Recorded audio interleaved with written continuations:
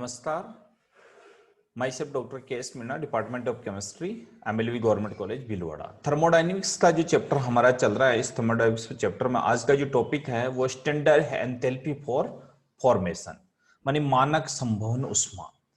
किसी पदार्थ के एक मोल को उसके तत्वों द्वारा निर्माण में हुए ऊष्मा परिवर्तन को हीट ऑफ फॉर्मेशन कहते हैं। मानी एक मोल पदार्थ बनने में जितना ऊष्मा परिवर्तन होता है उसे हीट ऑफ फॉर्मेशन या फॉर्मेशन एंथैल्पी चेंजेज इसके द्वारा डिफाइन करते हैं। यदि इस निर्माण हेतु उपयोग में आएगी क्रियाकारक अर्थात तत्व मानव अवस्था में 298.15 किलो केल्विन टेम्परेचर और 1 वायुमंडलीय दाब में है, तो ये ऊष्मा जो कहलाती है ऊष्मा मानक संवहन ऊष्मा कहते हैं, स्टैंडर्ड हीट ऑफ फॉर्मेशन। यानी एक मोल पदार्थ को बनने में जितना हीट एक्सचेंज होता है, हीट चेंजेज होता है, उस चेंजेस की स्टडी है। और वो स्टडी अगर 298 केल्विन टेम्परेचर जो कि हम मानक टेम्परेचर मानते हैं और 1 वायुमंडलीय दाब के ऊपर होती है, तो ऐसी कंडीशन में तो उसको हम डिफाइन करते हैं स्टैंडर्ड हीट ऑफ फॉर्मेशन। यानी किसी निश्चित ताप और दाब पर प्रत्येक यौगिक एक निश्चित एंथैल्पी होती है। यद्यपि किसी यौगिक के लिए उस पे निरपेक्ष मान की गणना करना आसान नहीं है, लेकिन एक मानव किसी तत्व के मानक संवहन ऊष्मा का मान अगर वो नॉर्मल स्टेट में है तो 0 होता है, शून्य मान का निरपेक्ष मान निकाला जा सकता है। यदि इसको इस तरह से रिप्रेजेंट करते हैं जैसे कार्बन ग्रेफाइट प्लस ऑक्सीजन के साथ अभिक्रिया हो रही है, CO2 बन रही है, तो इसमें जो उसकी मानक संवहन ऊष्मा डेल्टा H0 की वैल्यू होती है -393 किलो जूल होती है। अर्थात कार्बन डाइऑक्साइड की मानक संवहन ऊष्मा का मान कितना होता है 393.5 किलो जूल होता है। चूंकि कार्बन और ऑक्सीजन तत्व है तो इसकी एंथैल्पी कैसी मानी जाती है, शून्य मानी जाती है। इस प्रकार हम डेल्टा H इक्वल टू क्या कहते हैं, उत्पाद की एंथैल्पी माइनस अभिकारक कार्बन वो की एंथैल्पी कह सकते हैं, ये अभिकारक की एंथैल्पी इक्वल टू CO2 की एंथैल्पी। उत्पाद में से अभिकारक की एंथैल्पी अगर हम बाहर निकाल देंगे तो हमारे पास किसकी आ जाएगी, उसकी CO2 मानी उत्पाद टोटल एंथैल्पी आ जाएगी और उसकी वैल्यू क्या होती है, शून्य होती है। तो delta H equal to CO2 equal to शून्य, एंथैल्पी की वैल्यू जो होती है उसके डेल्टा H की CO2 के बराबर होती है। ऋणात्मक चिन्ह भी देखने को मिलता है। एक मोल के बनने में उष्मा मुक्त हुई है अर्थात उष्मा क्षेपीय विक्रिया है, अर्थात यौगिक उसके अवयवी तत्वों से अधिक स्थायी है। इस प्रकार एक अभिक्रिया हम देख रहे हैं जैसे कि ये H2 plus I2 equal to 2HI। इस समय यहां पर किसकी डेल्टा H की वैल्यू किस में मिल रही है, प्लस में मिल रही है। तो डेल्टा H जो क्या बन रहा है, गैस बन रहा है कि संवहन की धनात्मक चिन्ह प्रदर्शित करता है कि एक मोल के संवहन के लिए तंत्र को उष्मा दी गई है, अर्थात उष्मा शोषी अभिक्रिया का उदाहरण है ये। इस प्रकार यौगिक का अपने अवयवी तत्वों की तुलना में ये ज्यादा स्थायी है, माने H2 और I2 की तुलना में HI ज्यादा स्थायी है। ये इसकी स्टेबिलिटी को शो करता है। अर्थात धनात्मक और ऋणात्मक मान एंथैल्पी वाले यौगिकों को क्रमशः उष्माशोषी उष्माक्षेपी यौगिक कहते हैं कि उष्माशोषी कौन हुआ और उष्माक्षेपी कौन हुआ। Delta H0 equal to HI की एंथैल्पी और उसकी एंथैल्पी की बात करें, H और I की एंथैल्पी की अगर हम बात करें तो डेल्टा HI की एंथैल्पी शून्य होती है और डेल्टा HI की एंथैल्पी अगर प्लस जो शून्य होनी चाहिए, लेकिन ये मान मिल रहा है, इसका मतलब ये और अधिक स्थायित्व की ओर इंगित करता है।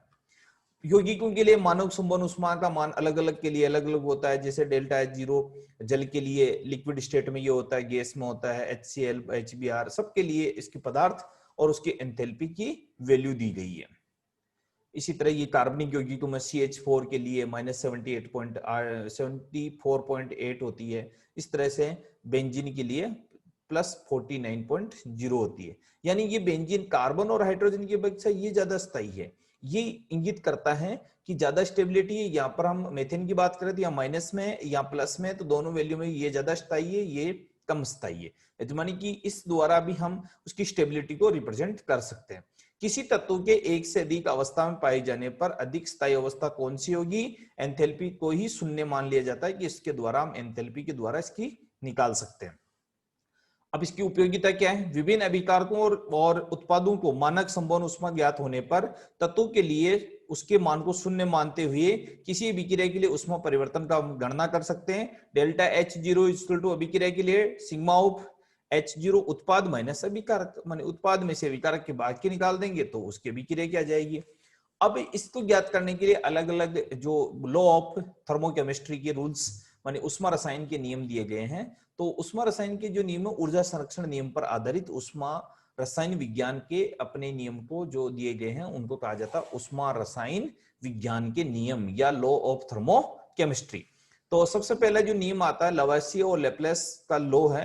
लवासिए का किसी यौगिक के तत्वों द्वारा निर्माण में मुक्त हुई उष्मा अथवा तत्वों के वियोजन करने के लिए मतलब बनने में लगे या तोड़ने में लगे, दोनों चीजें साथ साथ देखनी पड़ेगी कि किसी तत्व के किसी यौगिक के तत्वों द्वारा निर्माण से मुक्त हुई उष्मा अथवा तत्वों के वियोजन होने के लिए आवश्यक उष्मा का मान समान होता है, केवल चिन्ह विपरीत होता है। ऐसा नहीं हो कि जैसे H2O को हम H2O जो है प्लस H2 और इसमें ऑक्सीजन है, इसको टूट रहा है, ये गैस है और लिक्विड में चेंज हो रहा है। तो लिक्विड में चेंज हो रहा है तो इसमें जो चेंजेस में जो वैल्यू है वो इसका उल्टा करूं, मैं लिक्विड से वापस गैस में चेंज कर रहा हूं तो वैल्यू लगभग नहीं बिल्कुल वैल्यू समान होगी, बस साइन का अंतर होगा। अर्थात H2 लिक्विड की निर्माण में मुक्त हुई उष्मा, इसकी विपरीत अभिक्रिया में आवश्यक उष्मा संख्यात्मक मान समान होता है, सिर्फ चिन्ह इसका विपरीत होता है। जैसे H2 plus CO2 equal to CO2 plus H2 बनता है, इसमें भी सेम एग्जांपल है, वैल्यू सेम होगी, साइन अपोजिट होगा। इसके बाद में अब बात है Hess law of constant heat of civilization. किसी रासायनिक अभिक्रिया में पूर्ण उष्मा परिवर्तन समान होता है, चाहे उसे एक पद में संपन्न हो अभिक्रिया चाहे कई पदों में संपन्न हो। तो विभिन्न पदों में संपन्न हो चाहे एक पद में से अभिक्रिया में अवशोषित और उत्सर्जित उष्मा केवल प्रारंभिक और अंतिम अवस्था पर निर्भर करती है उससे, अर्थात इसे अभिक्रिया उष्मा का law of additivity of reaction heat, मानी सारी एनर्जी को जोड़ने के बाद एडिटिव है, संकलन का नियम भी कहते हैं, ये ऊर्जा संरक्षण के नियम की पालना करता है। यदि हम ऐसे तंत्रों पर विचार करें जिसकी प्रारंभिक अवस्था X और दो विधियों द्वारा अलग अलग विधि द्वारा दूसरी अवस्था Y है, तो उसमें देखते हैं कि प्रारंभिक अवस्था A से उत्पाद B में परिवर्तित होता है, दूसरी अवस्था में उल्टा हो जाता है, तो भी उसकी जो कैलकुलेशन है हमारी, जैसे A B, A से पदार्थ क्या बन रहा है B, फिर C और D, तो एक बन रहा A से D, तो A से D A माने X से Y जो पदार्थ बन रहा है, एक step A B C D और एक स्टेप डायरेक्ट, तो यहां पर H1 H2 और H3, तो डेल्टा H इक्वल टू होगा H1 plus H2 plus H3, मानी हेंस का स्थिर उष्मा संकलन का नियम ये कहता है, पहली विधि में A से डेल्टा H, इसमें H1 H2 H3 तीनों को जोड़ देंगे, delta H H1 plus H2 plus H3 यानी कि जिसको हम बोलते हैं D माइनस H, इसमें से ये बाकी निकाल देंगे तो इन तीनों योग के बराबर होगा।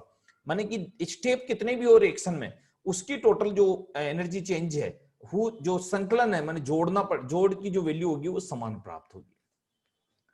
तो इससे हम ये निष्कर्ष पे पहुंचते हैं, किसी भी रासायनिक अभिक्रिया को विपरीत दिशा में लिखा जा सकता है, इसमें संख्यात्मक मान तो समान होता है किंतु सिर्फ चिन्ह बदल जाता है। रासायनिक समीकरण की माने कि कैसे भी लिखो आप, उल्टी रख रहे हो सिर्फ वैल्यू वही रहेगी, सिर्फ उसके साइन बदल जाएगा, मानी या तो निकलेगी या दी जाएगी। साथ ही समीकरण के दोनों भागों में गुणा करके इस तरह ग्रेफाइट में देखते हैं, जैसे ग्रेफाइट ये CO2 ये वैल्यू, और दूसरे पद में अगर मैं उल्टा करूं इसको, यानी कि इसको दो स्टेप में रिएक्शन हो रही, कार्बन पहले कार्बन मोनोऑक्साइड बना रहा है और मोनोऑक्साइड से फिर कार्बन डाइऑक्साइड बन रही है, तो उन दोनों की वैल्यू जो होगी हमारे को समान प्राप्त होगी।